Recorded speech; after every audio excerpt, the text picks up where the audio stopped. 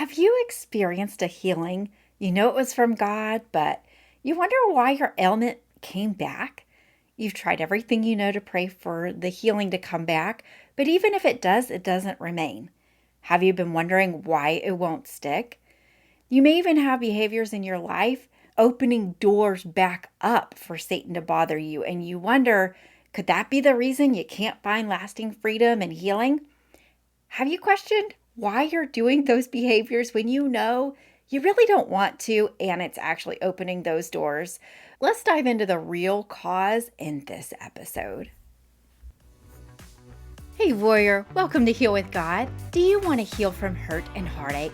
Do you find yourself constantly thinking of ways to heal from trauma, anxiety, and depression, only to be met with the fear of failing and feeling hopeless? Hey there, I'm Heather O'Brien. I too was a Christian sitting on the pews every Sunday, but hopelessly living with addictions as well as depression and anxiety for years. I prayed for myself, but I was full of shame, being stuck in cycles I couldn't break free from. My healing and deliverance came from learning how to hear God's voice. Okay, stay with me here. I didn't know that was a thing either. I didn't know the God of the universe, my creator, wanted to personally talk to me, but he did and he does. Through prayer, God gave me a blueprint of step-by-step instructions to forgive the unforgivable, heal from trauma, and be delivered of limiting beliefs as well as addictions. If you're ready to find healing with God through prayers that actually work, this podcast is for you.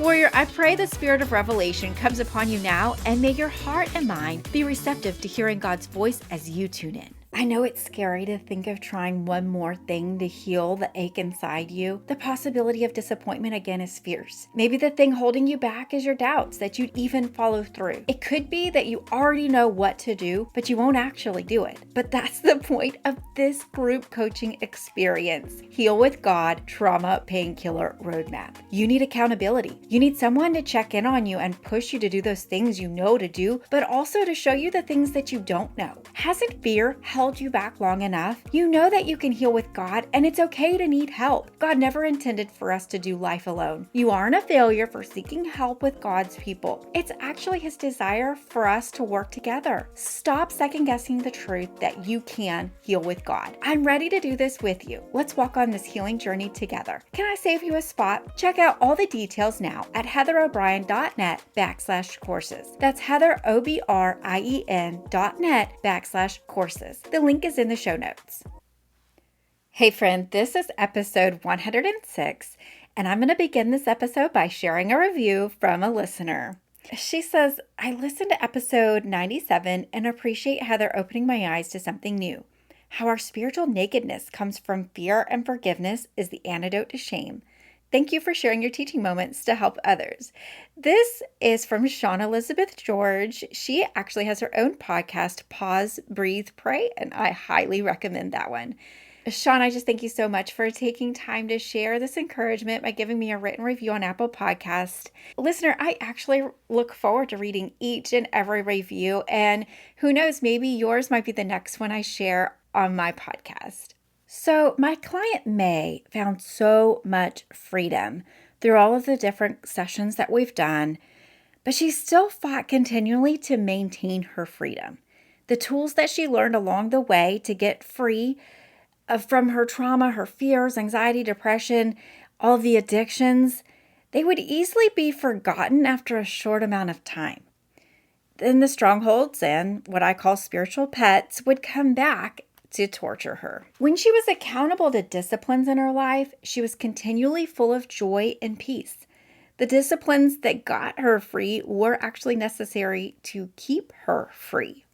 So the biggest struggle here, what we're talking about today, is why is it that God would heal someone or deliver someone, get them free of the things that they were struggling with, but then the person would revert back to those struggles? Maybe you think, well, is God an Indian giver? And guess what? I have a whole episode about that. If you want to go listen to that, go look at episode 18, Is God an Indian giver? And in that episode, I was specifically talking about, this person obviously has spiritual gifts from God, but they are not acting very godly. You wonder why. And here's the deal. God's not an Indian giver. He doesn't give you gifts and then take them back. But that's not really what I'm talking about today, except for the fact that God's not an Indian giver in the sense that he gives you healing and then takes it back because you are naughty. That's not how it works. I want to make this really clear to you. There are times that God gives you the gift of healing, but the word healing truly means it's a journey.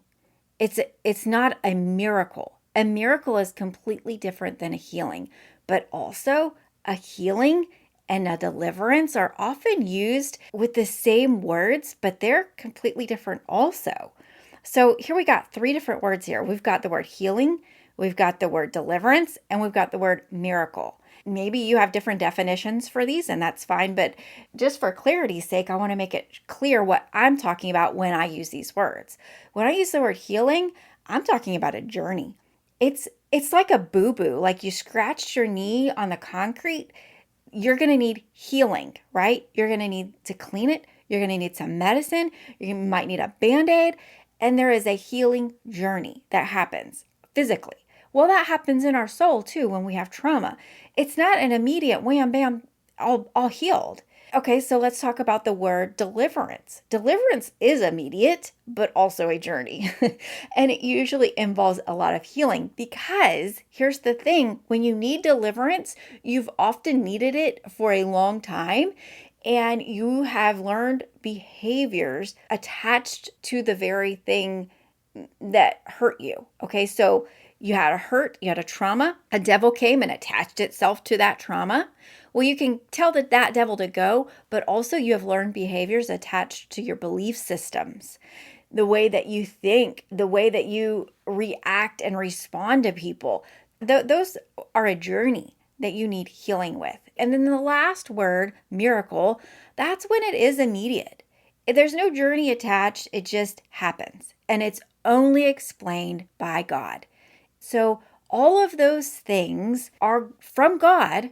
The source is still God. But here's the deal. If you say that you got a miracle, but you really got a deliverance, you're going to wonder why God would be an Indian giver. And I'm going to tell you, you named it wrong and you don't understand the God that you serve. God is good, period. And if that's not in your foundation, then you're going to think that God could possibly be an Indian giver, and he's not. He's just good. He's good. And that's got to be the firm foundation that we live on. So let's go back to my client, May, here.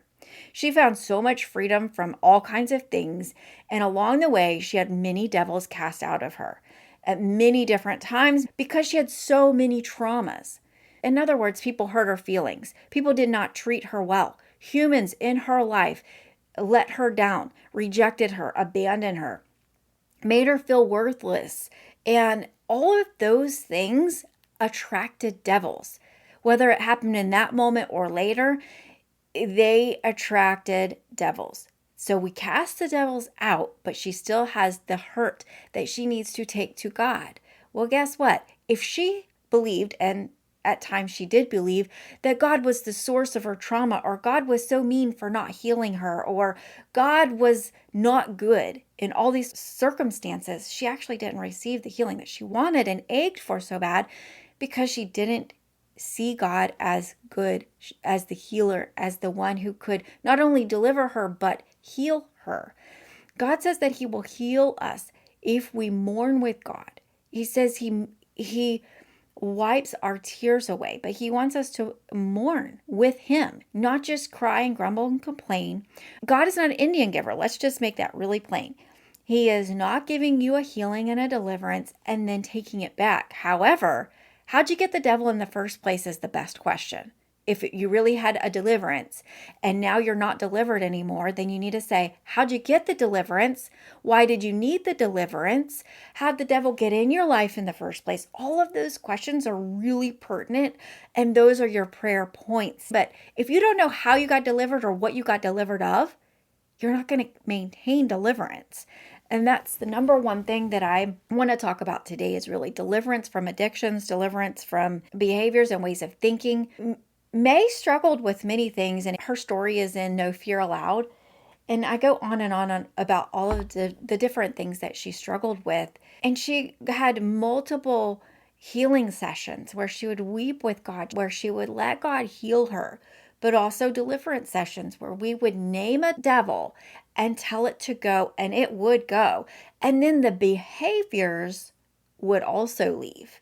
So it was a process here of healing and deliverance married together on a journey. And it didn't all happen immediately like a miracle. It might have seemed like a miracle in the moment because she felt so much relief from the torment that was inside of her. And I get that. But remember, I just want to clarify those three different words here because they're not all the same. And if you think that they're all the same, then you're going to wonder why God is an Indian giver. And that's not the right frame of mind that I want you to have. God is a healer. He is healing. He is good. And He's not taking something from you. You want to go into these prayer points that are really going to help you understand why this ailment, this problem, this struggle is still in your life. If it's a physical healing and you have been physically healed before, but it came back, listen, you might not have had a healing. You might have had a deliverance, and then you allowed an open door for that same devil that caused you that physical ailment to come back. I've seen that over and over again, where someone feels like listen, I'm not against therapists or doctors. I am your spiritual coach here. That's all I'm doing. But if you go to the doctor to get a physical healing because you have a physical ailment and they can't find anything wrong with you, a lot of times that's because there's a spiritual thing going on, and your physical ailments are directly attached to demons that need to be cast out. Like, you need deliverance. You don't need a healing. You don't need medicine. And if you've experienced healing and it's come back, you experience pain that's moving, that is typically a sign that there is a devil present. And anyone can cast devils out, but the question is, can you keep them out? Because they had permission to come in the first time. Jesus makes this really clear. An empty house is waiting to be filled. So how do you keep your healing? How do you keep your deliverance? How do you keep this thing that feels so good? Well, you need to have some accountability and maintenance. And I've got a whole list of them. If you go to my No Fear Allowed book, in step 3 of getting free of spiritual pets, you can see accountability strategies. One is obviously having a person in your life. Another thing is having different checklists or reminders on your phone. You can install apps. You can install apps that have reminders. Hey, did you do this? Did you do this yet? And all of those tools that you find helpful in your journey to get free are the very things that you need to keep doing to continue to stay free. You're gonna be full of something. Are you gonna be full of God? Or are you gonna be full of fears and worries? So if you're not continually pursuing Jesus, then you're not gonna be continually filled with God. It's just how it works. You're gonna be full of something. You need to find some accountability and maintenance strategies to add to your life. If you're interested in a checklist of sorts, you can start the 7-day mental makeover journey. The link will be in the show notes. And in that journey, what I do is give you some free checklist for your body, soul, and spirit, free tracker for make sure that you're keeping track of what you're doing, especially if you're adding in any new routines, because they won't become a new routine for very long if you don't stay consistent. And a checklist or a reminder on your phone is a great way to stay consistent. If we look back at May and her journey, she continually fought to maintain her freedom. When she was accountable to the disciplines in her life, she would continually feel full of joy and peace. The disciplines that got her free were actually necessary to keep her free. One of the disciplines that helped her the most was simply texting me at the end of the day. And maybe you have a person that you can do that, or feel free to join my accountability program. You get text message from me throughout the day, Monday through Friday, and you can message me directly and say, hey, I need prayer, but also I'm going to send out reminders. Hey, did you read your Bible? Did you worship? Did you try any declarations today? Did you pray in the Spirit today? All of those things are needed. So find a best friend, join my accountability program, whatever works for you. And Get accountable. Do those disciplines that you know will help you stay free. The daily disciplines that we implement are not about checklists and just getting that quick adrenaline from the hormone release because you've got that reward hormone going through your body.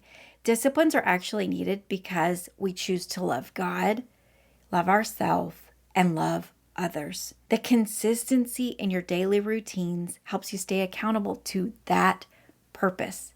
That is your number one goal in life, is to love. Love God, love others, and yourself. You're actually loving yourself when you go read your Bible every day. You're actually loving others too, because you're going to be ready and full of scriptures and words of encouragement to give to other people. And you're actually loving God because you're fulfilling the first commandment, which says put God first.